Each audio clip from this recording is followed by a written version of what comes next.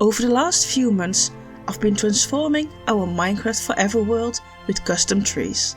And honestly, I never expected them to make such a huge difference. And today, I will show you how I built them. Let's start with one of my favorite places on the server, our Guardian farm. I really like the design of the farm, but I thought it needed a pop of color. And that's why I built these custom cherry trees. During the day they add color, and at night the lanterns completely transform the atmosphere. Here at spawn I have a fantasy cherry tree for color, and if I follow this bridge you can see I completely added lanterns to the pathways, flowers and lots of small details to make the area feel more alive. And in this giant custom oak tree is our bee shop. And that's why you see bees flying around the branches, a bee nest hangs from the canopy, and here inside is the shop.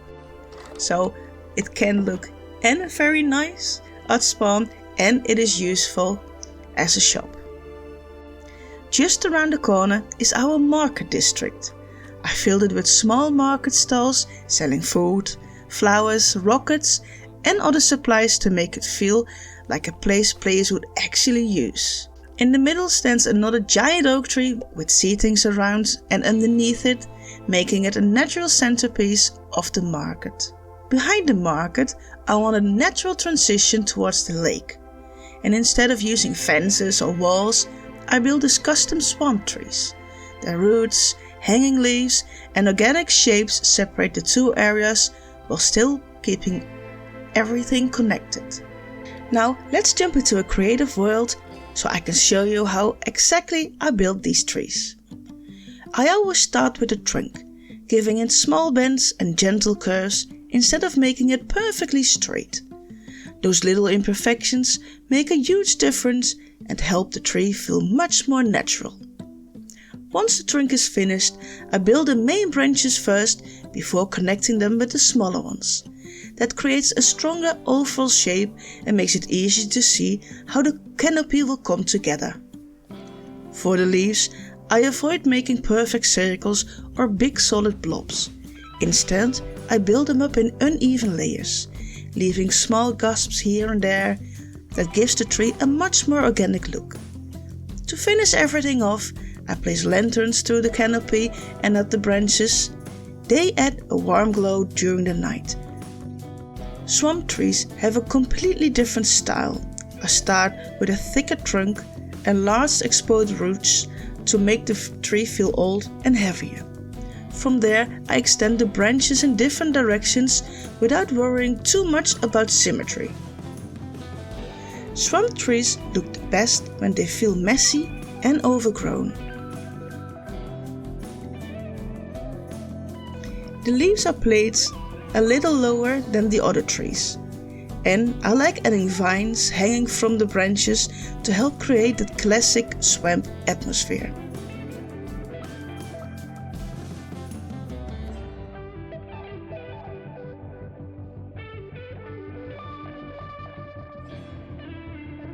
For me, the tree is only half of the build. The terrain around it is just as important. Adding water, tall grass, bushes, vines and different plants helps everything blend together naturally. Even a great tree can look out of place if the surrounding landscape doesn't match.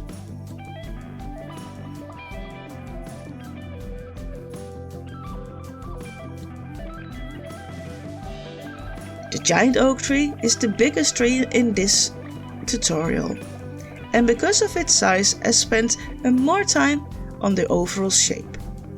I start with a thicker trunk before building the main branches and gradually working my way into the canopy. Once the basic structure is finished, I go back and add different colors logs through the trunk. These create subtle shadows, break up the texture and give the tree much more depth so it doesn't look flat. When I start placing the leaves, I try not to make the canopy too round or too perfect. Real trees grow unevenly, so I build the leaves in different layers and variety of shapes until the silhouette looks natural from a distance. And finally I add lanterns around the tree.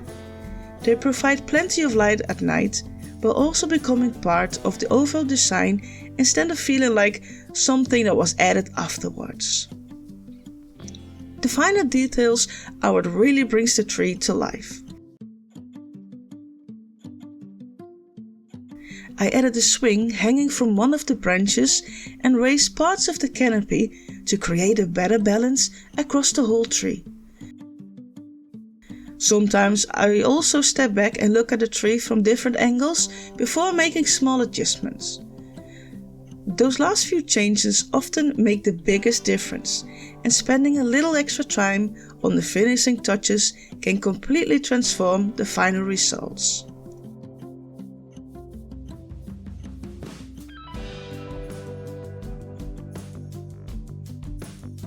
And that is how I built all 3 custom trees. Now I would love to know which one is your favorite. Is it the glowing cherry tree, the giant oak, or the swamp tree? Let me know in the comments. As the sun begins to set, this is where the Guardian farm really comes to life.